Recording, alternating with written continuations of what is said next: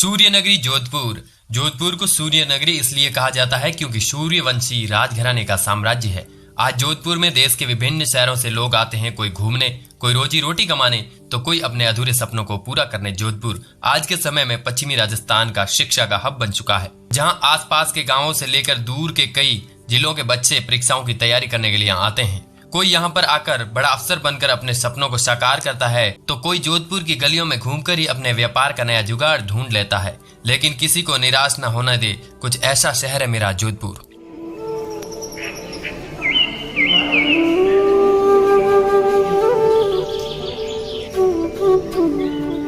इस वीडियो को दोस्तों आराम से देखें, एकांत में, जहां आपको कोई डिस्टर्ब ना करे। पसंद आए तो लाइक करें। मेरे जोधपुर शहर की स्थापना 12 मई 1459 में राव जोधा जी ने की। एक आधुनिक शहर बसाने की कल्पना के साथ की थी। आज से सदियों पहले मेरे शहर के रहवासी ब्राह्मणों ने नीले रंग से रंगवा कर सजा दिया था जोधपुर को, जो ये परंपरा आज भी बरकरार है। मेरे जोधपुर शहर की पहचान यहाँ के महलों व घरों में लगे चित्र के पत्थरों से होती है। मेरा जोधपुर शहर मारवाड़ की राजधानी हुआ करता था। सबसे पहले मैं आपको जोधपुर का इतिहास बताना चाहूंगा।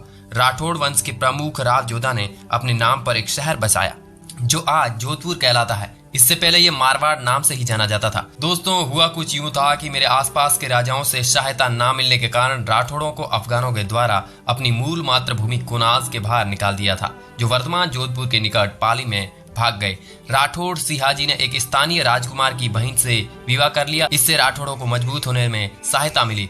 कुछ समय बाद इन्होंने मंडोर से प्रतिहारों को हटा दिया और 9 किलोमीटर दूर जोधपुर से प्रारंभ मंडोर ने राजधानी के रूप में कार्य किया। 1459 तक राठौड़ों की एक सुरक्षित पूंजी थी, आवश्यक पूंजी, जिससे राव जोधा द्वारा जोधपुर का निर्माण हुआ। मेरे शहर का इतिहास जोधपुर के बारे में कुछ यूं बताऊं, कभी कभी लगता है कि मेरे शहर के शासकों से छोटी मोटी गलतियां भी हुई है। जहां महाराणा प्रताप व चित्तौड़गढ़ के बारे में सुनता हूं तो टूटी हुई हालात में किला मेहरानगढ़ की ओर देखता है। मेरे शहर के किले को बसाने वाले राठौड़ों के समृद्ध औरंगजेब को छोड़कर सभी मुगलों के साथ अच्छे रहे।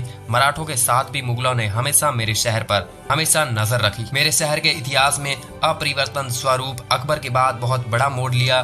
मुगल सम्राट मेरे शहर जोधपुर की खूबसूरती को देख सहयोगी बन गया था। मेरे शहर की कहानी पसंद आ रही है तो कमेंट में अपने शहर का नाम जरूर लिखे दोस्तों।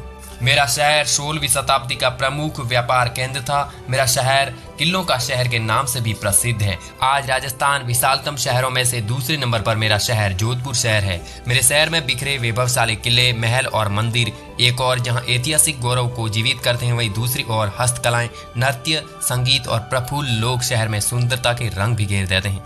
अब मैं मेरे शहर के मेहरानगढ़ दुर्ग में ले जाता हूं आपको। 15वीं शताब्दी का विशालकाय दुर्ग पथरीली सीना तान कर खड़ी पहाड़ी पर स्थित है, जिसकी ऊंचाई 125 मीटर है। मेरे शहर का यह किला राजस्थान के खूबसूरत किलों में से एक है। 8 द्वारों व अनगिनत बुर्जों के साथ इस किले की दीवार 10 किलोमीटर तक फैली है। हुकुम, आप जब भी मेरे शहर में इस खूबसूरत किले पर आए तो किले में स्थित म्यूजियम को देखना ना भूले। 5 किलोमीटर के दायरे में किला पहाड़ी पर स्थित बहुत ही प्रभावशाली और विकट इमारतों से बना हुआ है। इस किले में मुख्य मोती महल, फूल महल, शीश महल, सिले खान, दौलत खाना, इन महलों में राजाओं और रजवाड़ों के सामान बड़ा संग्रह किया हुआ मौजूद है। आज भी बाहर से घुमावदार अदृश्य इस किले के 4 द्वार है। किले अंदर से भव्य, अद्भुत और नक्काशी द्वार है। जालीदार खिड़कियां व प्रेरित करने वाले नाम है। हाथी, होंदे, पुराने राजाओं के तलवार और उनके फर्नीचर सभी का संग्रह देखने को मिलेगा।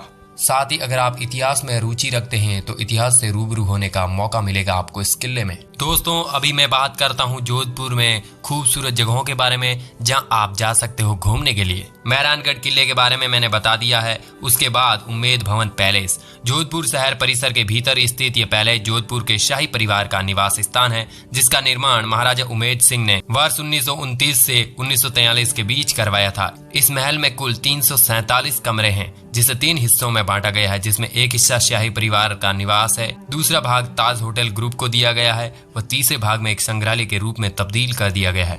उम्मेद भवन पैलेस पूरे दुनिया की सबसे बड़ी और सबसे महंगी होटल में से एक है। इसे दुनिया की सबसे हेरिटेज होटल माना जाता है।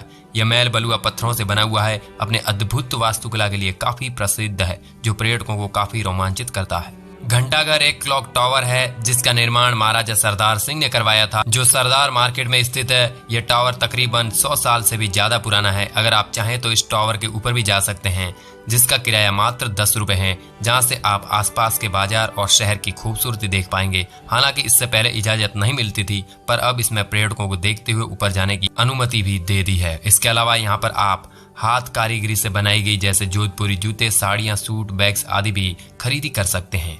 मंडोर गार्डन जोधपुर की प्राचीन राजधानी मंडोर में स्थित है, जो किसी समय मारवाड़ के राजाओं की पूर्व राजधानी हुआ करती थी। इसकी दूरी जोधपुर से लगभग 8 किलोमीटर की है।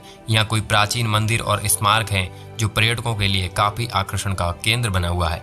यूं तो कई स्मारक है, परंतु महाराजा अजीत सिंह स्मारक सबसे आकर्षित है, जो चारों ओर सुंदर बाग से घिरा हुआ है। इसके अलावा यहाँ पर आपको एक संग्रहालय और एक बड़े से हॉल में हिंदू देवी देवताओं की तस्वीर देखने को मिलेगी। 33 करोड़ देवी देवताओं को मंदिर भी कहा जाता है। कायलाना झील दोस्तों, जोधपुर शहर में पश्चिमी दिशा की ओर करीब 8 किलोमीटर की दूरी पर स्थित इस बेहद खूबसूरत झील का निर्माण 1872 में प्रताप सिंह द्वारा करवाया गया था।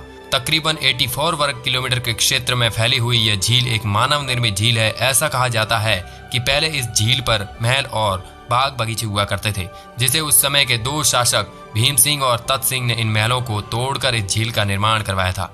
यह बहुत ही खूबसूरत झील है। इसका शांत वातावरण पर्यटकों को काफी पसंद आता है, इसलिए जोधपुर आने वाले हर उस पर्यटक के लिए एक मनोरम स्थान है। जोधपुर के प्रसिद्ध पर्यटन स्थल जसवंत थड़ा, यह भव्य स्मारक मेहरानगढ़ किले के बस कुछ ही दूरी पर स्थित है, जो महाराजा जसवंत सिंह द्वितीय की याद में बनवाया गया था। एक सुंदर स्मारक जिसे महाराजा सरदार सिंह ने अपने पिता महाराजा जसवंत सिंह की याद में 1899 ईस्वी में बनाया गया था। जसवंत थड़ा को मारवाड़ का ताजमहल भी कहा जाता है। यहाँ पर अक्सर गीत संगीत के कार्यक्रम होते रहते हैं, जिसकी वजह से देश भर से पर्यटक यहाँ पर काफी आना पसंद करते हैं। इसके बाद है माचिया जैविक उद्यान। यह उद्यान जोधपुर शहर से लगभग 9 किलोमीटर की दूरी पर स्थित है, जो काफी बड़ा और खूबसूरत उद्यान है। यहाँ आप जंगली बिल्ली, रेगिस्तानी बिल्ली, लोमड़ी, खरगोश और बंदरों को देख सकेंगे। आप चाहें तो इन सभी जानवरों को बिल्कुल करीब से देख सकते हैं। जहाँ पर आपको व्हील वाहन लेकर किराए पर मिल जाएंगे, जिसमें बैठकर पूरे उद्यान में घूम सकते हैं। इस उद्यान में आपको चीते भी देखने को मिल जाएंगे, शेर मिलेंगे और कई तरह के पैरोट की प्रजातियां भी देखने को मिल जाएगी। चामुंडा माता का मंदिर, यह अति प्राचीन और जोधपुर के सबसे पुराने मंदिरों में से एक है, जिसका निर्माण 1460 ईस्वी में जोधपुर के संस्थापक राव जोधाजी द्वारा करवाया गया था, जो मेहरानगढ़ किले के बिल्कुल पास में ही है। इस मंदिर में इष्ट देवी की पूजा की जाती है। यहाँ के लोग इस मंदिर को रक्षा कवच मानते हैं। दसरा और नवरात्रि के समय तो इस मंदिर में काफी रौनक रहती है। जोधपुर से करीब 5 किलोमीटर की दूरी पर स्थित है मंडोर रोड पर बालसमंद झील, एक कृत्रिम झील है जिसका निर्माण 1159 ईस्वी में गुज्जर प्रतिहार ने करवाया गया था। इस झील के पास कई बगीचे हैं जहाँ पर फलों के पेड़ भी लगे हुए हैं। इसके बाद खेजड़ला किला है दोस्तों। खेजड़ला किला 17वीं शताब्दी में जोधपुर के महाराजाओं द्वारा बनवाया गया था, जिसे भारत के राजाओं और रानियों ने शानदार महल के रूप में जाना जाता है। इस पूरे महल में राजपूत वास्तुकला का एक अनोखा संग्रह देखने को मिलता है। आप रहने के लिए इसमें रूम की बुकिंग भी करा सकते हैं, क्योंकि अब किले को एक शानदार होटल के रूप में बदल दिया गया है। मसूरिया हिल गार्डन है। जोधपुर में पर्यटन स्थल कैमल सफारी है। जोधपुर शहर एक रेगिस्तान इलाके में स्थित है, जहाँ रेत अधिक मात्रा में पाई जाती है। रेत है और थार आपको देखने को मिलेगा। ऐसे में अगर आप जोधपुर आए तो बिना ऊंट की सवारी किए लौटे तो समझिए कि आपकी जोधपुर की यात्रा अधूरी रह गई है दोस्तों। तो आपको कैमल सफारी का आनंद जरूर लेना चाहिए। यहाँ पर आप पहुंचने के लिए हवाई सफर कर सकते हैं, ट्रेन से जा सकते हैं और बस भी जा सकती है। जहां भी आप रहते हैं आपकी लोकेशन के हिसाब से आप प्लानिंग कर सकते हैं। होपफुली यह वीडियो आपको काफी पसंद आया होगा।